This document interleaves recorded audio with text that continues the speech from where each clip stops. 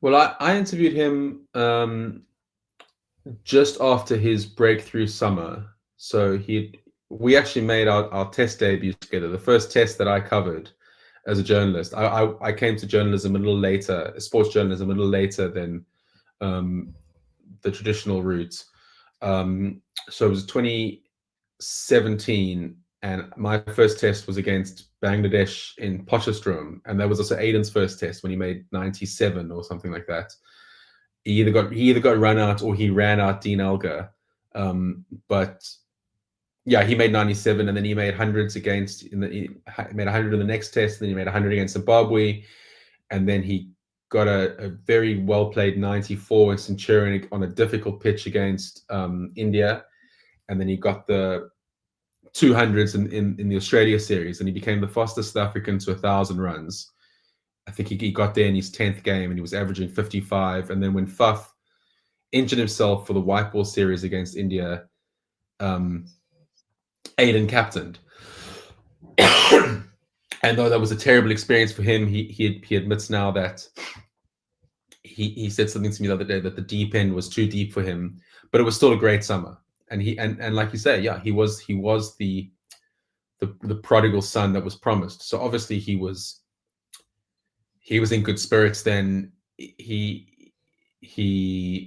was very self-reflective. But I think the thing with Aiden then, so I've got a theory on Aiden Markram that he's going through that he's currently in his third chapter of his career. And the first chapter was like a Roman candle. It was brief and it was very bright. And that was that halcyon summer where he scored all those runs. And like I said, it was the prodigal son that was promised. But he still had this thing as a young man where if he nicked off or he hit one straight to cover, that wasn't Aiden Markram, the batter, failing to execute a skill.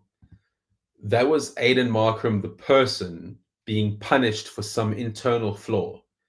I don't think Aiden was able to differentiate himself as a person from him as a player. Failure on the pitch was indicative in his mind of some sort of internal shortcoming that he had. So he would admonish himself. He would, he would score 99, and he would score 199, and he would walk off the field, and he would be angry about that one bad shot he played, right? And AB retired. So remember, when Aiden made all those runs, AB de Villiers was in the team. Hashim Amla retires. The bowlers, the bowling unit goes through a change where Kagiso Rabada is sort of the one mainstay, but Morne Morkel is gone. Vin Philander is on his way out. Dale Steyn is on his way out. They have a terrible 2019 World Cup. COVID comes. Faf's form is dipping. And South African cricket's going through a really bad spot. And then in India, when the team just is getting bamboozled by world-class spinners on Bunsen burners, Aiden makes a pair in Pune, punches the dressing room wall and breaks his wrist, and then misses about 6 months. He missed that home series against England just before COVID. So this is a tough time for him, and I think that tough period is his second chapter. This third chapter that he's in now is one of freedom. So he's recently got married, and he said something after scoring that 100 at Lords to win the World Test Championship. One of the greatest knocks by a South African of all time. I mean, arguably one of the greatest knocks by anyone of all time.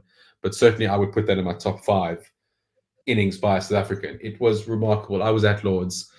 It was just so good, just pure class. The player that we all knew he could be, the kind of innings that we all know he's capable of. And he said something after the game where he said he's no longer chasing stats. He just wants to win games of cricket for his country. And that sounds like a cliche throwaway line. But when I spoke to him 8 years ago, that was not his attitude. He was very clear 8 years ago that he wanted to be the best player. He wanted to average 55 for South Africa. He wanted to score more hundreds than anyone else. He wants to be the number 1 batter in the world. The stats matter to him. The obsession with cricket and the numbers matter to him.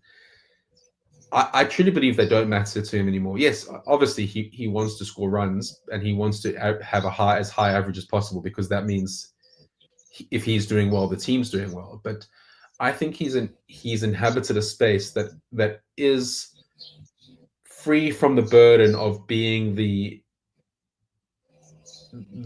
messiah, from being the prodigy, from being the young superstar. He's in his 30s now. He's married, and this comes with maturity. But I spoke to him the other day just for the second ODI against England at Lords. So when was that? We're speaking now on Monday. I spoke to him on last Wednesday, I think it was. Um, he just seemed a lot more relaxed.